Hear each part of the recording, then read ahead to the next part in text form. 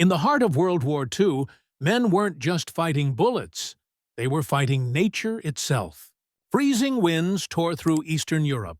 Temperatures dropped so low that rifles froze, boots shattered, and breath turned to frost.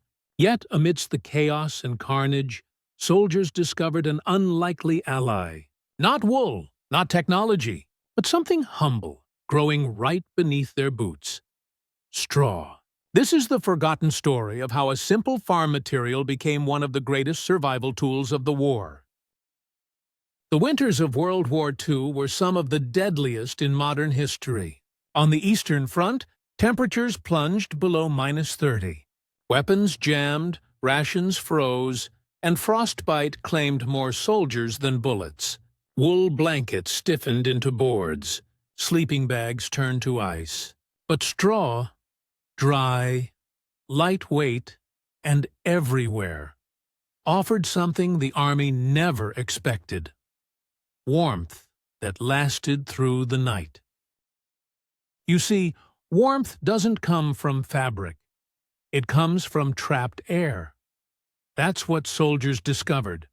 Wool absorbed moisture and collapsed under its own weight. Straw, on the other hand, stayed light, stiff, and full of air pockets. Even damp, it held its shape, forming thousands of tiny barriers that trapped heat close to the body. With just a few inches of straw beneath them, men could sleep on snow and wake up alive. Field reports from Russia, France, and the Ardennes told the same story. Straw saved lives. Men filled their coats, boots, and even helmets with it. They built straw mattresses in bombed-out buildings, lined bunker walls for insulation, and mixed it with mud to seal out the wind. When socks froze solid, straw replaced them. It wasn't pretty, but it worked. In the end, survival didn't come from the best equipment. It came from improvisation. Today, survivalists and bushcrafters can still learn from those soldiers. If you ever find yourself in freezing conditions without modern gear, straw can still save you.